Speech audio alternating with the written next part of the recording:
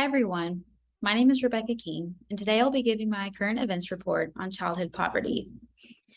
The image I have here at the beginning is a drawing of a girl who is clearly struggling. It appears that she's drowning and that she can barely keep her head above the water. And if you look closely, it looks like there's a drop of sweat dripping from her forehead. You can tell that she is afraid and worried that she's not going to make it. This image is courtesy of the Lily.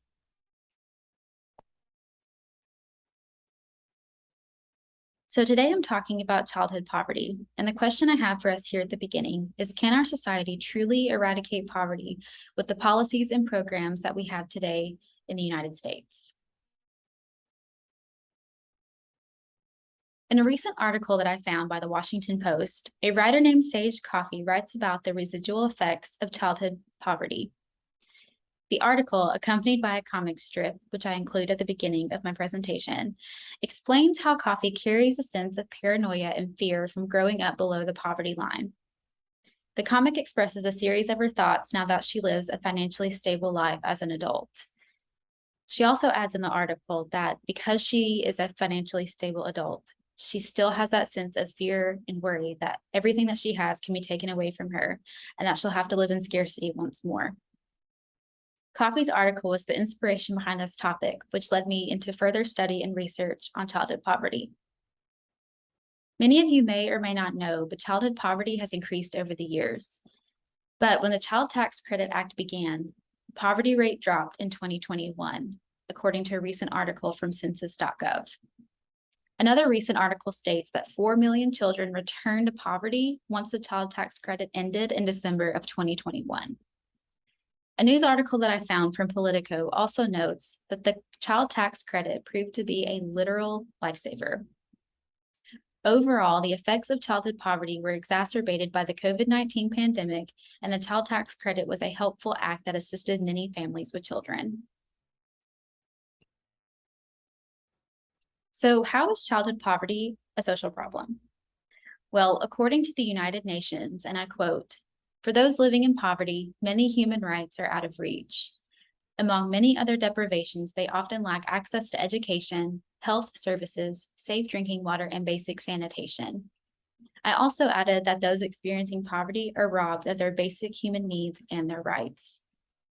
So I would say childhood poverty, or anyone experiencing poverty, especially childhood poverty, is definitely a social problem.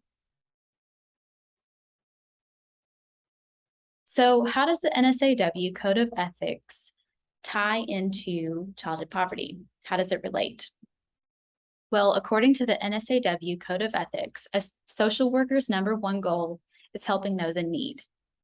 Additionally, social workers must advocate for human rights.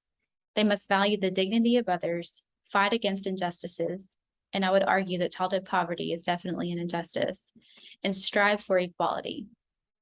I also added that paying attention to the poverty rates, social policies, and programs that assist those experiencing poverty is essential, since social workers are supposed to be aware of what is going on in our world and in our country, and are supposed to educate themselves and others on current policies. So researching current policies is also essential.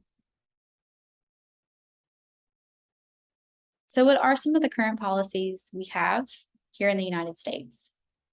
#1, we have the Temporary Assistance for Needy Families, also known as TANF.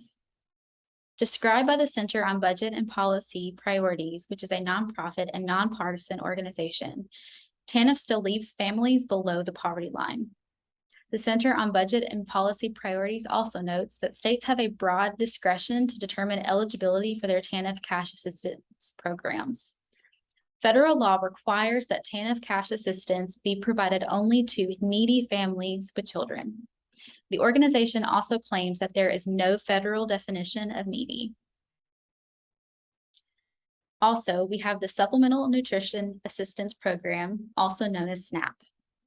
Also described by the Center on Budget and Policy Priorities, SNAP is heavily focused on households with the fewest resources to purchase food.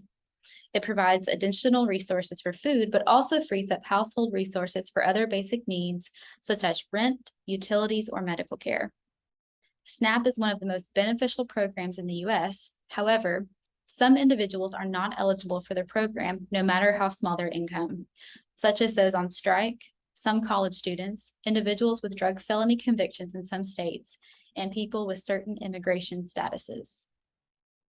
Another program we have here in the United States is Special Supplemental Nutrition Program for Women, Infants, and Children, also known as WIC. WIC also assists families with food assistance and is proven to be an effective program. Individuals that are postpartum, pregnant, infants, and young children can receive WIC benefits while they're receiving TANF and SNAP benefits. So the questions I have for us to consider are, do our current policies work well enough to aid families with children? Are there enough anti-poverty policies and programs to eradicate childhood poverty? And if so, how can these policies improve?